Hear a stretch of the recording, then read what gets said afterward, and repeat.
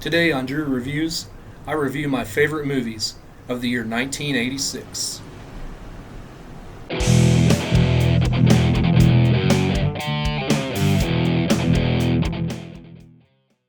Alright, guys, so a while back I did a Transformers episode, and that movie came out in the summer of '86, and I realized that of my top 5 movies of that year, all of them came out during that summer. So I thought, I might as well shoot a video for my favorite movies of the summer of '86. So here goes. Coming in at number 5, my fifth favorite film that came out that summer was a David Cronenberg film starring Jeff Goldblum and Gina Davis called The Fly. Like most Cronenberg films, this is body horror at its finest. So Jeff Goldblum's playing this struggling scientist who's trying to make a teleportation device and get a patent on it, just trying to move one object from this pod to this pod.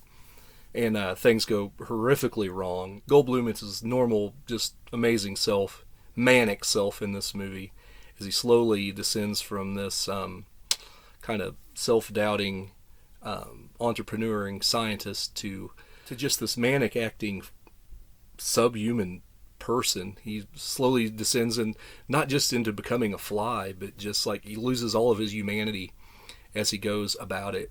Gina Davis is his love interest, and she's all right. John Getz, who plays Stannis, the third wheel in this love triangle, he is really good in this movie, just as good as Goldblum. And just the dynamic, the chemistry between the three. This movie's really haunting, and for that I like it. It's also kind of gross in parts, which, I'm kind of a horror hound, so it's funny to me. But anyway, The Fly at number 5. Coming in at number 4 on my list is this little movie here. If I can get the glare off of it, this is Friday the 13th, Part 6, Jason Lives. I have yet to really cover any of the Friday the 13th movies, other than I did a little location video that I'll put down in the info box down there. Friday the 13th Part 6 is one of my favorites in the entire series. It masterfully blends horror and comedy, and I love movies that do that, like The Evil Dead 2, Bubba Hotep. This movie was self-aware 10 years before Scream was.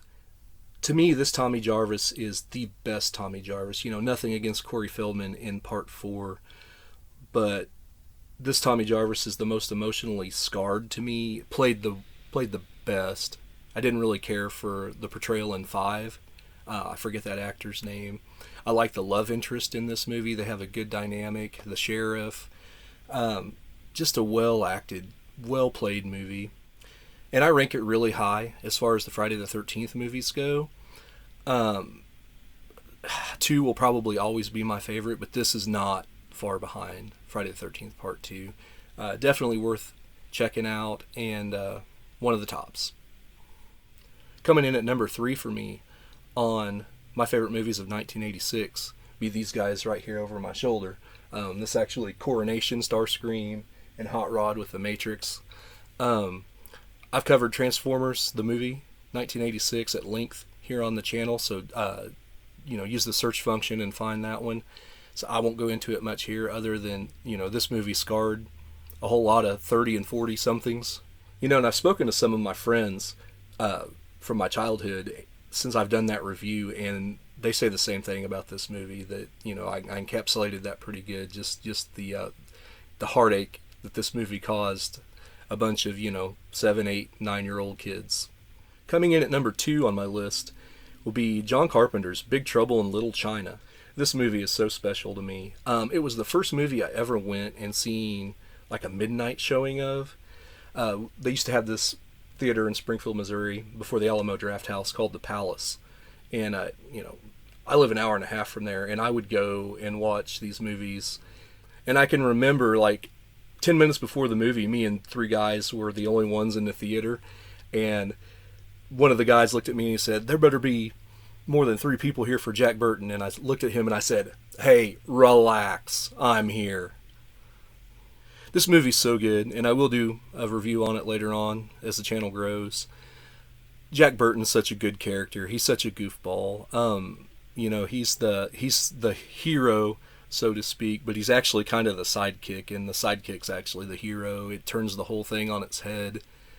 Great performances here by everybody. This movie had a fairly big budget, and of course it bombed.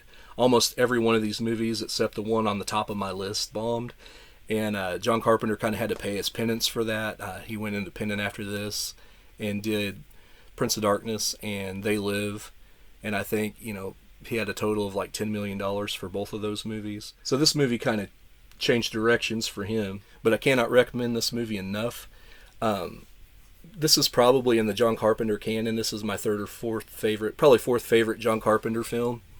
I'll have to do a ranking of all those films one of these days. Just absolutely love Big Trouble in Little China. Probably next to Escape from New York and The Thing. My favorite Kurt Russell movie of all time. Before I get to number one on my list, I'd like to rank some honorable mentions. This one right here, I really like Charles Bronson and Murphy's Law. Just a good little movie. Charles Bronson's being old Charlie Bronson in this one. He's very good in it. The girl he's protecting, she kind of brings the movie down for me a little bit. But I love Murphy's Law, and the only thing I can say is I don't like mayonnaise. There's a few others that I like from '86. I'd like to throw in Heartbreak Ridge with Clint Eastwood. That's a really good one. Two movies you're not going to see on this list. Platoon is probably one of the best movies from that year. I think it came out that December. However, I personally have to be in the right frame of mind to watch Platoon. It's not an easy watch, and that's why it didn't make my top 5. I admit, it's way up here, but it's not one of my favorites, even though I will admit it's a great film. And the other film you probably won't hear me talk about much on this channel, other than right now, is Top Gun. It was number 1 at the box office that year. You couldn't get away from it. Unfortunately, you will not hear me talk about Tom Cruise much on this channel. He's part of that weird voodoo cult that intimidates people, and I refuse to talk about it. I refuse to support something like that. And I know just by saying that, there's probably 2 guys standing outside my front door right now. Who is it? So that brings me to my number 1 film of that year, and how could it be anything but Aliens? Sigourney Weaver, Lance Henriksen, Michael Biehn, Jim Cameron directing in what's technically his second movie, I guess, if you don't count Piranha 2: The Spawning. They don't get any better than Aliens. If I had to make a list, Aliens is probably in my top 5 of all time, maybe top 3. I love Alien, but I think I like Aliens just a little bit more. It's got everything I want in a movie: sci-fi, action. It's got horror elements. There's a little bit of comedy there with Hudson. He's the conscience of all of us watching the movie. Game over, man. Why don't you just put her in charge? The effects are top notch. They still stand up today. That queen is amazing. And that's why it's got to be my number 1. I can still remember being 7 years old, and I think we had gone to the mall in a nearby town, and I remember seeing that poster up and going, "Mom, I want to watch that movie," and her being like, "No, you are not watching that." And I think it was like another 6 years before I ever saw it, like late at night. But Aliens is tops for me. I won't tell you exactly what my top movie of all time is, but Aliens would be right there next to it. So those were my favorite movies of the year 1986. Leave in the comments what your favorites would be, and give me a like and a subscribe. Hope you enjoyed this video.